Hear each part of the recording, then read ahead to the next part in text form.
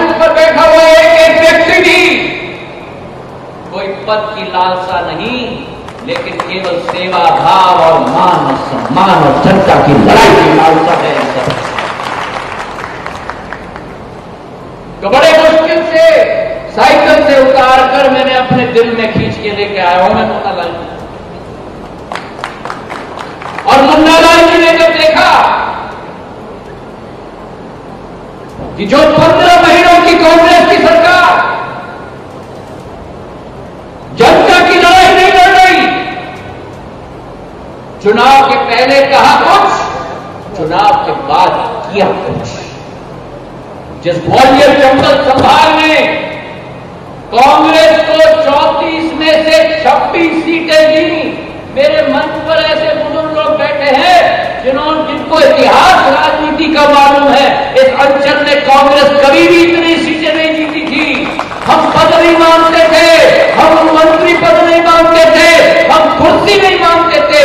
हमारी एक ही मांग थी, जिनको इतिहास राजनीति का मालूम है। इस अंचल में कांग्रेस कभी भी इतनी सीटें नहीं जीती थी। हम पद नहीं मांगते थे, हम मंत्री पद नहीं मांगते थे, हम कुर्सी नहीं मांगते थे। हमारी एक ही मांग थी कि इस क्षेत्र के साथ, इस संभाग के साथ और इस प्रदेश के 7.5 करोड़ जनता के साथ न्याय हो, मान हो, सम्मान हो, विकास हो और प्रगति हो।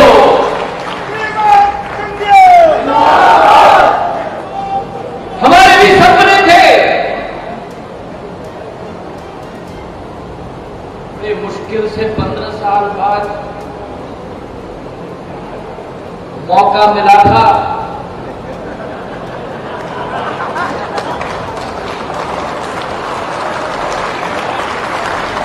हमारे सपने थे सेवा के।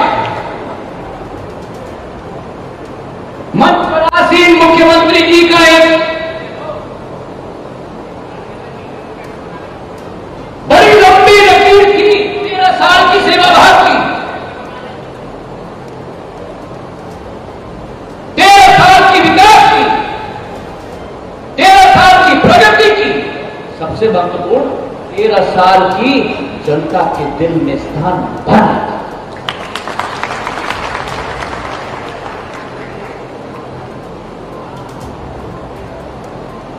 हमारी सोच विचारधारा थी कि उस लकीर को हम छोटा न करें, लेकिन एक और लंबी लकीर खींचे, विकास की, प्रगति की। पर मुझे खेद है ये कहते हुए कि शिवराज सिंह जी 15 महीनों की कांग्रेस की सरकार ने आपकी सेवा भाव, विकास और प्रगति के लकीर के समक्ष एक लकीर तो खींची, लेकिन सेवा की नहीं, विकास की नहीं, प्रगति की नहीं, हमदर्दी की नहीं, संवेदनशीलता की नहीं, एक लकीर खींची वादा खिलाफी और भ्रष्टाचार की लकीर खींची।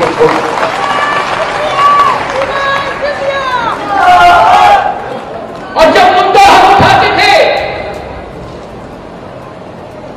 विकास, प्रगति की, पूछिए मुन्ना लाल जी को, शिवराज सिंह जी आपको और विष्णुदत्त जी और नरेंद्र सिंह जी को और प्रभात जी को और शेजवलकर जी को, अंबानी को और अरुण मिश्रा जी को, बिसेन साहब को ये ज्ञान नहीं है। ये क्रांतिकारी नेता तैयार था वल्लभ भवन के सामने धरने पे बैठने के लिए। क्यों? क्योंकि गरीबों के पट्टे नहीं मिले। बुरानी के, सिरोर के, डोंगरपुर के, रामपुर आदिवासी कॉलोनी के साथ मुझे कह दिया इसने कि सरकार कांग्रेस हमारी पार्टी की, कांग्रेस की है कि नहीं, भाड़ में जाए। मैं तो अपनी जनता की लड़ाई लड़ूंगा संजय जी, और मैं धरने पर बैठने जाऊंगा। तो ये सरकार ने भ्रष्टाचार की लकीर खींच दी। आपके पास मुरैना जिला है नरेंद्र सिंह जी का, भिंड जिला है, दतिया जिला है, रेत माफिया और आगे क्या हाल इन्होंने 15 महीनों में करके दिखाया, इससे हम और आप दोनों अच्छी तरह से वाकिफ हैं।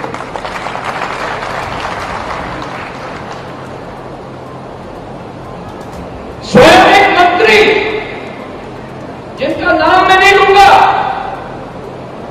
जाके मीडिया में कहते हैं मैं माफी मांगता हूं हमारी कांग्रेस की सरकार की तरफ से, क्योंकि रेत माफिया पर हम नियंत्रण नहीं ला पा रहे।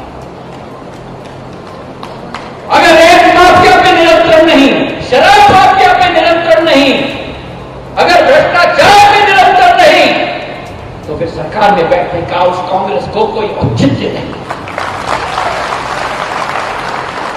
और सिंधिया परिवार ने सदैव सत्य का रास्ता अपनाया है। चाहे मेरी दादी हो, आप लोगों को स्मरण है डीपी मिश्रा जी का समय, चाहे मेरे पूज्य पिताजी हो जिन्होंने मध्य प्रदेश विकास कांग्रेस स्थापित किया। अगर जनता का आह्वान हो, जनता की मान और सम्मान की बात हो, गरीबों के साथ अन्याय हो, तो ज्योतिरादित्य सिंधिया चुपचाप नहीं बैठेगा, झंडा लेके आगे बढ़ेगा। आज इस मंच से मुझे गर्व है आपको कहते हुए कि जिस कांग्रेस के मुख्यमंत्री जी ने 15 महीनों में एक बार भी पूर्वी चंबल संभाग के अंचल पे पांव नहीं रखा, चेहरा दिखाना दूर,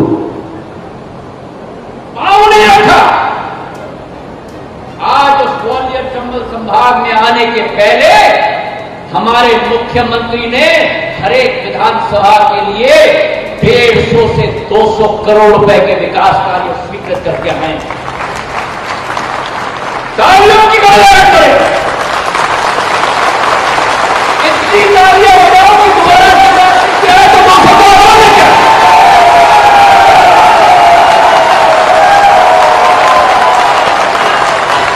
एक तरफ शिवराज सिंह जी जिन्होंने करोड़ों की योजना स्वीकृत करवाई है, उन्होंने मुझे कहा साहब देखो, बच्चा कहता है साहब इन्होंने मुझे कहा कि संजय जी मैं ग्वालियर तभी जाऊंगा जब एक एक जनप्रतिनिधि से मिलकर उनकी कठिनाइयों को समझकर विकास और प्रगति की योजनाओं का अंबार लेकर तब आपके साथ में ग्वालियर में प्रवेश करूंगा। और दूसरे तरफ एक मुख्यमंत्री जिन्होंने कहा कि खजाना खाली है, कांग्रेस में तो भ्रष्टाचार ही शिष्टाचार है, मध्य प्रदेश को बना दिया, वल्लभ भवन को बना दिया लूट प्रदेश। तो आज ये प्रण संकल्प हमें लेना है। आज मैंने सुना है कि बहुत सारे कांग्रेसी निकले थे सुबह, कोरोना में तो कोई नहीं दिखा। ये हमारे अध्यक्ष जी प्रवासी मजदूरों को चप्पल पहना रहे थे, एक प्रवासी मजदूर को। इसको कहते हैं जनसेवा। हमारे मुख्यमंत्री जी अकेले कोरोना का सामना किया, निपटारा किया और मध्य प्रदेश की 7.5 करोड़ जनता की जीवन को सुरक्षित किया।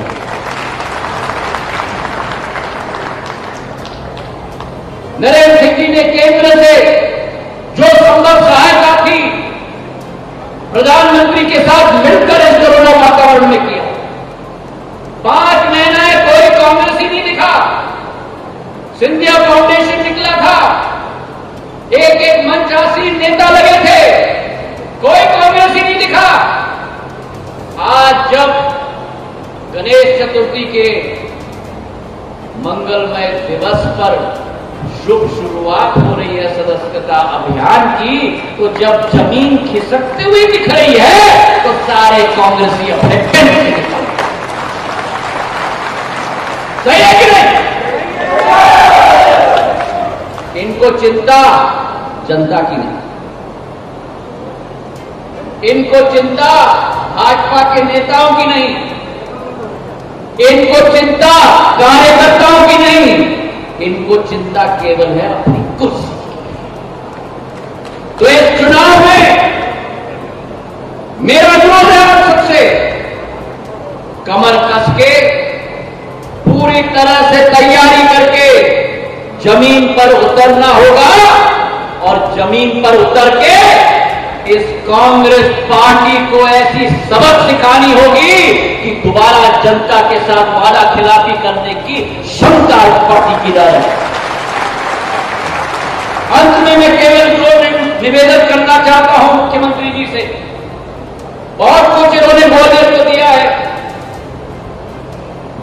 लेकिन अगर आए हैं तो कुछ न कुछ तो मांगना पड़ेगा। मेरी दो मांगे हैं आपसे हाथ जोड़ के, क्योंकि ये ग्वालियर की बहुत पुरानी कठिनाइयां रही हैं।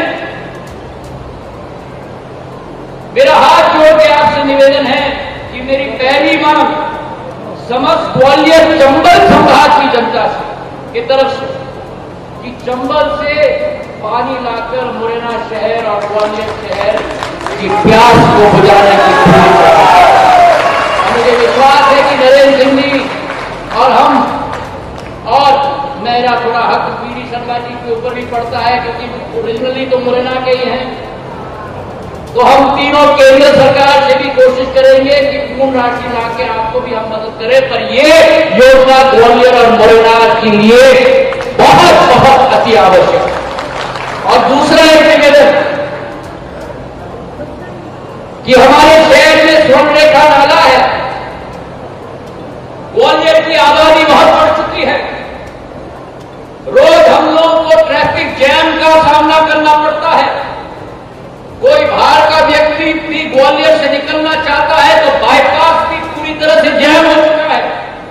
तो शहर के लिए स्वर्ण रेखा नाले पर एक एलिवेटेड हाईवे रोड 4 लेन का बन जाए, ताकि ग्वालियर और फिर शहरों में पूरे देश में आ पाए। इन्हीं शब्दों से आपका बहुत बहुत धन्यवाद। आपका बहुत समय दिया, मैं क्षमा प्रार्थी हूं। धन्यवाद। जय हिंद, जय भारत, भारत माता की।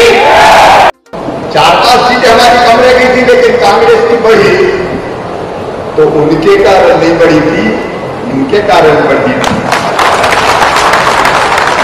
अब मेहनत कोई ने करी और कुर्सी पे कोई और चमक गया। उनका तो हक और अधिकार नहीं था। जनता के बीच में जानना नहीं, आना नहीं, मध्य प्रदेश से कोई लेकर जाना नहीं, बांटना नहीं। हम छिंदवाड़ा के भी थोड़ी है, पता है किसी को बांटे हैं, अरे कोई को पता है वो तो ठहरे परदेसी 60 प्याले भाई थे और मुख्यमंत्री बनकर साथ छोड़ दिया। कर्ज माफ नहीं, 4000 बेरोजगारी भत्ता नहीं, गरीबों की संबल योजना बंद कर दी, कन्या विवाह की राशि नहीं दी, मेरे बेटा बेटियों की फीस भरना बंद कर दी, भांजे भांजियों की जितनी योजना गिनौता फेल हो जाएगी, अब गिनाने का समय नहीं है। मुन्ना लाल के तरह पट्टे दे दो, पट्टे दे दो, डंडे और भी होंगे। अब ये जाए कमलनाथ जी के पास,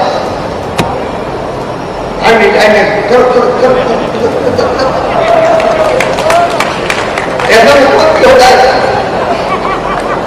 अरे हमें तो जहां जनता मिल जाए, कूद जाते गाड़ी से और पकड़ लेते, बता भैया क्या है। कभी कमलनाथ जी को देखा है आपने? कभी ग्वालियर आए? वल्लभ भवन और बंगले से नहीं निकले यार, हमका कभी तो तुम तकलीफ में आ जाओ कमलनाथ। तेरी प्यारी प्यारी सूरत को किसी की भैया जनता मांग रही, मंत्री विधायकों की सुनी नहीं। मुन्ना लाल आज मेरे विधायक नहीं है और कहीं का उद्योगपति आ जाए, जल्दी आ जाए। चलो अब ठेकेदार आगे, ये ठेकेदारों का मुख्यमंत्री, इसने गरीबों की, किसानों की आमदन की, मध्यम वर्ग की सब योजना बंद कर दी। इसने मध्य प्रदेश की ग्रुप का इतिहास बना दिया। कहते हुए मुझे शर्म आती है, कमलनाथ मध्य प्रदेश के बंद भवन को तुमने दलालों का अड्डा बना दिया था, दलालों का अड्डा। केवल वोट गिनने का काम करते थे। ग्वालियर के विकास की जरूरत नहीं है पैसा। ग्वालियर का तो ऐसी टेढ़ी गजब थी, ग्वालियर का नाम अगर आ जाए तो सूरत बिगड़ना है ग्वालियर, क्योंकि ग्वालियर कि ग्वालियर से तो बदला लेना है, बेचारे जिताने के लिए को परेशान हो गए। बताओ ऐसी कांग्रेस में रहने का धर्म था क्या करते हैं जब जनता के काम नहीं हो जाते हैं कांग्रेस में, और अब हाथ में मार रहे हैं, गद्दारी करते। जो सोनिया गांधी और राहुल गांधी के तनुए चाहते वो वफादार, और जो सही बात है वो गद्दार। मैडम सोनिया गांधी, कितने लोगों ने कांग्रेस छोड़ी है?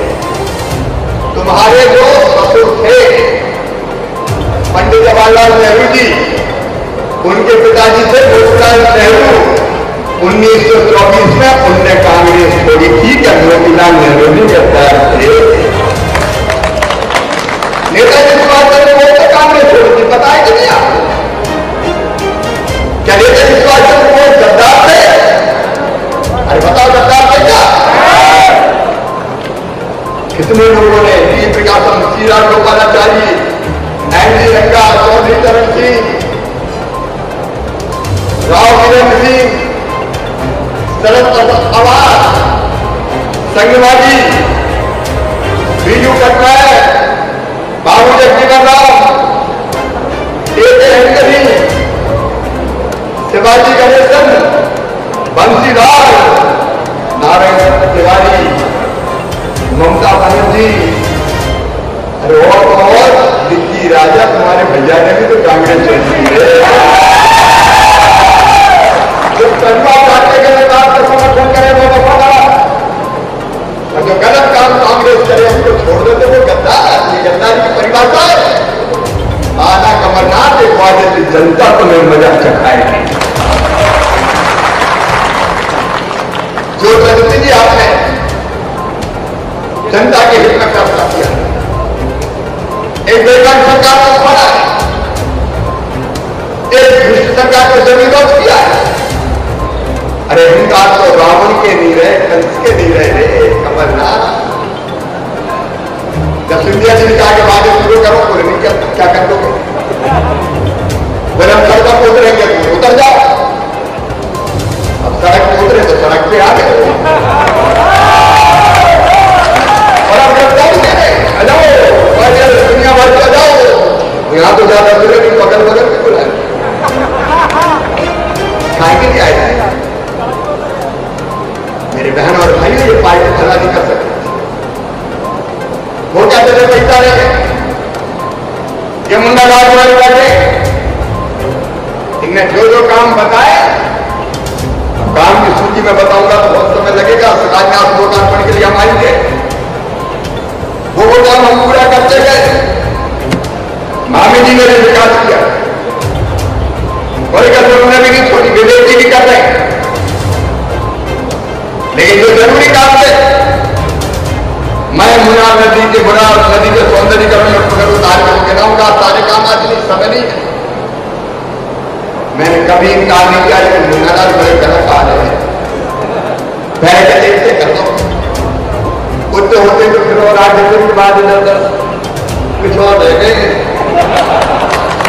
अब अच्छा मुख्यमंत्री बन गया तो एक बार करना जो दो बार आ गए, लेकिन चिंता मत करना, विकास के काम में धन की कमी नहीं आने देगा। भारतीय जनता पार्टी, अरे मेरे गरीब कहना भाई, इन्हें गरीबों का हक पाया। मुख्यमंत्री की आज समय नहीं है, लेकिन ये भारतीय जनता पार्टी की सरकार है, नरेंद्र सिंह जी बैठे, हमने निर्देश दिया जितनी मेरी गरीब बहने भाई है जिनका राशन की पात्रता पर्ची नहीं बनी है, बताओ आप लोग बैठे कोरोना काल में सबको राशन मिला के नहीं? अरे जोर से बताओ मेरे बहनों पीछे मिला के नहीं? हमने कसम मीडिया में सब परमानेंट पर्ची बना रहे, मनोराज्य कोई छूट नहीं जाए, अपनी सरकार है, भरपूर राशन देंगे, गरीबों का खाली नहीं रहने देंगे, किसी भी कीमत पर खाली नहीं रहने देंगे। स्ट्रीट वेंडर की होगा गरीब मध्यम वर्गीय किसान नौजवान बात अगर समाज आए तो कम दिखाएंगे, लेकिन किसी के लिए धन की कमी नहीं आएगी। पट्टे का मामला इसको लेके हम सबसे बैठे थे, धरने पे बैठे थे, हमने लीगल कार्रवाई प्रारंभ करके कई बहनों के पट्टे तैयार करवाइए, जहां है वहां की हम रास्ता निकाल रहे हैं। अगला बार आपको चुनाव जब होगा तो जायज पट्टे बन गया वो लेने का काम करेंगे। गरीब को जमीन पे घर बनाने का भी हक और अधिकार है, उस पर कभी नहीं आए। नरेंद्र सिंह जी हमें थे, भारत सरकार के प्रभारी मंत्री है, आज मैं उनको धन्यवाद देना चाहता हूं। चाहे ग्वालियर चंबल का विकास हो, चाहे मध्य प्रदेश के लिए पैसा लाना हो, नरेंद्र मोदी जी के सरकार में वरिष्ठ मंत्री नरेंद्र सिंह तोमर दिल्ली से भरपूर कदम करते हैं, भरपूर कदम करते हैं। चंबल एक्सप्रेस से हमारा मंजूर हो रहा है, सैनिक स्कूल खुलने वाला है, एक के जगह तो सीधे कल उनके साथ वीडियो कॉन्फ्रेंसिंग में हमसे किसानों की कृषि अधोसंरचना बनाने के लिए लगभग 12,000 करोड़ रुपया नरेंद्र सिंह जी अलग अलग वित्तीय संस्थाओं से दिलवाने की व्यवस्था करें। और आज मैं कह रहा हूं, अभी तो जानकारी नरेंद्र सिंह जी की हमारी चर्चा सम्मानीय सिंधिया जी ने मुझे कहा, विवेक जी ने कहा, मामी जी ने भी पहले कहा था कि ग्वालियर की प्यास तो तब बुझेगी जब चंबल का पानी ग्वालियर की धरती पर आएगा। नरेंद्र सिंह जी दिल्ली का काम आप संभालो और ये आपका जिम्मेदार है, कोई कसम नहीं रहने देंगे, पुराना पर ग्वालियर चंबल का पानी लेके आएंगे। मुझे क्या सुझाते स्वर्ण रेखा नदी सिंधिया जी ने क्या दे, मैंने चंबल का पानी की बात की, उस पर एक एलिवेटेड रोड ग्वालियर के लिए कमलनाथ थोड़ी से मना कर सके, पैसा नहीं है, पैसे का इंतजाम करेंगे, पैसा नहीं है तो क्या बन गया मुख्यमंत्री, कौन जगह बन जाए, हम कहीं से ही पैसा लाएंगे, चिंता मत करो। और आज मैं कहते रहो, कमलनाथ ने ग्वालियर के साथ सौतेला व्यवहार किया कि नहीं क्या बताओ, कमलनाथ और कांग्रेस ने ग्वालियर के सम्मान को ठोकर मारी, बताओ मारी कि नहीं मारी? कमलनाथ और कांग्रेस ने ग्वालियर की जनता का अपमान किया, बताओ किया कि नहीं किया?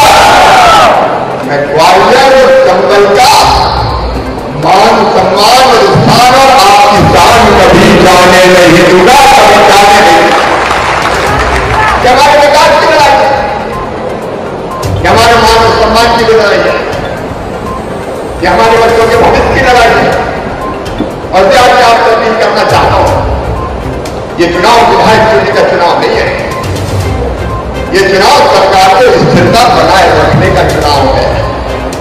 और ये सरकार रहनी चाहिए कि नहीं रहनी चाहिए?